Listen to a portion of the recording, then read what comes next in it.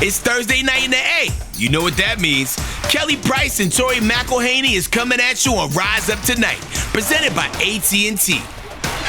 Well, the vibes may be continuing to deteriorate, Tori, but at least we've got each other. We've got our friends at home, and we've got Christmas trees, so that's good. Honestly, this time is supposed to be cheerful, and I'm not really that cheerful right now. The Falcons are making it really difficult on us. Yeah, they definitely are. So Raheem Morris identified 3 things they need to fix to turn this thing around. Turnovers and penalties have been killers during this 4-game skid. And on top of that, this week, the secondary allowing all those big plays was an anomaly, really mixed into this losing streak recipe. Let's huddle up about all of these items, y'all. Let's huddle up with Kelly and Tori on the world of Falcons football. First, let's talk about the secondary, unit that had been 8th in the league in explosive pass plays allowed before Sunday. Well, Q Jordan Addison and Justin Jefferson. It was just the 7th time that 2 teammates posted at least 130 yards and 2 touchdowns each, and 5th time during the Super Bowl era. Falcons have allowed 3 of those throughout the years, for the record.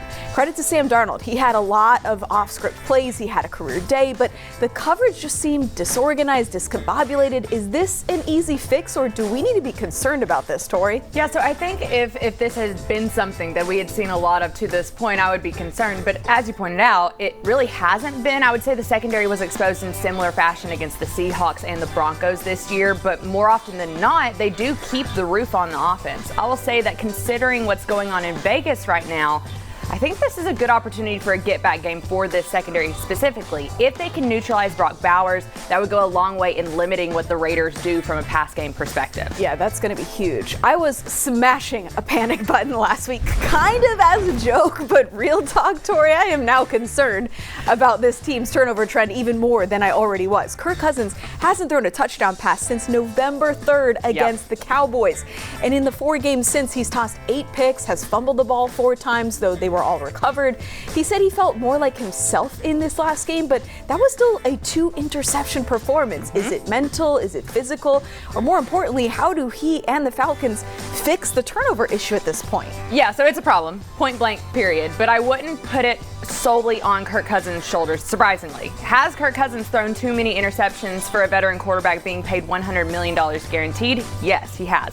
But the added problem facing the Falcons right now is that Kirk Cousins is throwing interceptions and the Falcons' defense isn't causing very many simultaneously. This season, the Falcons are losing the turnover margin 2-1, or a total of 20 given up to 11 taken away. And in a league that values one-score games, possessions, and turnovers matter. Yeah, Justin Simmons talked exactly about that after this last game.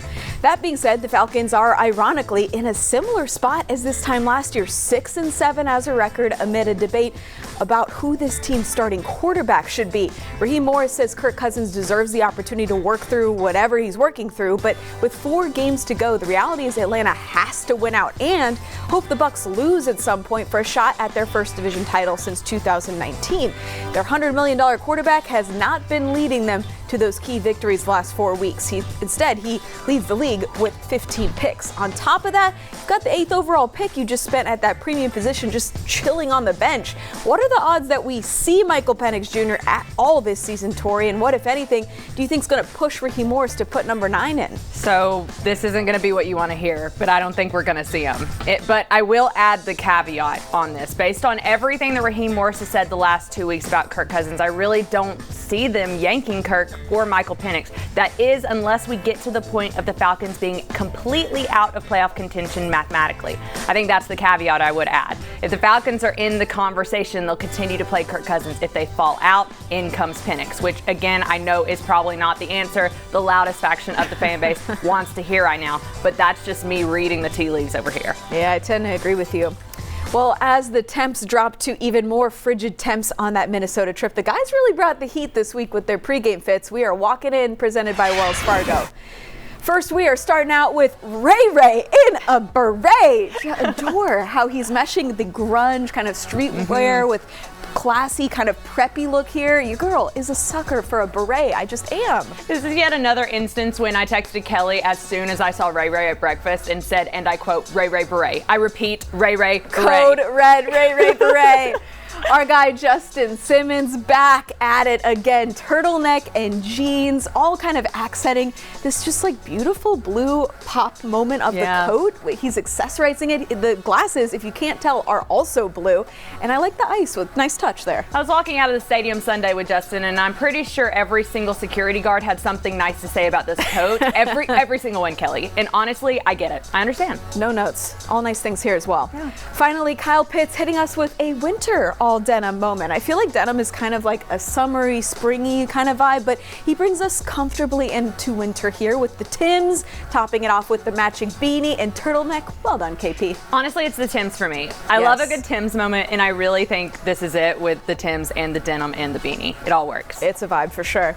Well, still to come on Rise Up Tonight, one of my favorite In the Nest segments of the season, Heidi of Lot 23 Candler Company joins me to share her story and make some incredible smelling candles later in the show. And Arthur Blank and a few Falcons spread holiday cheer this week to some folks who need it the most. Stay tuned for that story coming up next on Rise Up Tonight. Rise Up Tonight is presented by AT&T and brought to you by Georgia Lottery. Today could be the day. By Mercedes-Benz, the best of nothing. And by Home Depot, how doers get more done.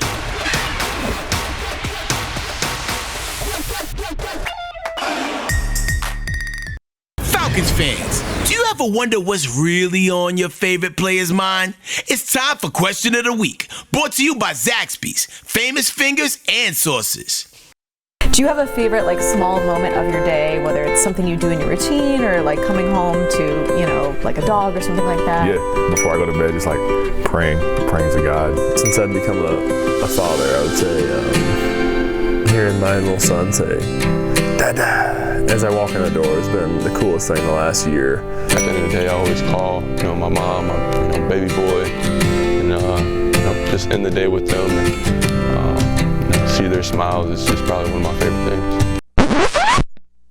Maybe getting on the game. I like playing video games, especially the new college football game. So maybe, definitely getting on the game, just squeezing a little hour, in my day to play video games. I mean, my drive to work and my drive home is like very, very meditation-wise, very spiritual. Coming home, walking in the house, and my dog and my son running up to me, that's probably the best feeling.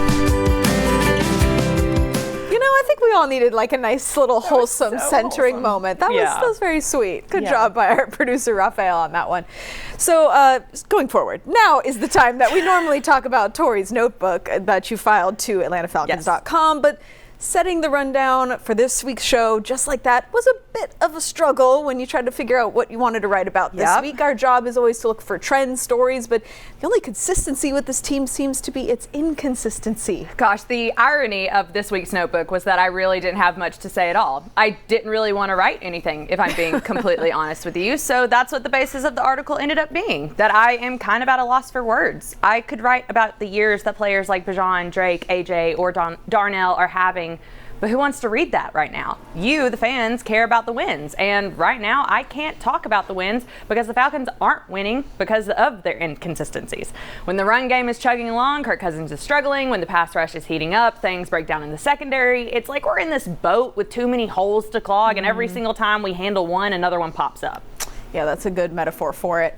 Well, as the Falcons fight through this tough stretch, a few of them spread holiday cheer this week at Children's Healthcare of Atlanta with some folks who are navigating tough times of their own as we rise up for Atlanta, brought to you by Truist. The Falcons spent their Tuesday visiting patients at the new Arthur M. Blank Hospital. Jesse Bates, Tyler Algier, Nate Landman, and Antonio Hamilton, alongside Blank himself, handed out presents to kids and staff. Bates said giving back like this during the holiday season is good perspective during the ups and downs of football season. My grandma always told me that you can never be too busy to spread love, and especially during this holiday time with those families in need of having someone around, be able to take some pressure off their shoulders, and just enjoy the moment with them. Darnold wants to throw, he's in trouble, he'll be sacked all the way through the backfield, and to Darnold was Eddie Goldman. One of 4 sacks for the Falcons in Minnesota, the first time they've had 4 or more in consecutive games since 2019. We'll talk about one of the bright spots from Sunday later in the show. Plus, we've got a great holiday gift idea for you or someone else, because who doesn't love candles? We've got a really fun In the Nest guest with Lot 23 Candler Company coming up next.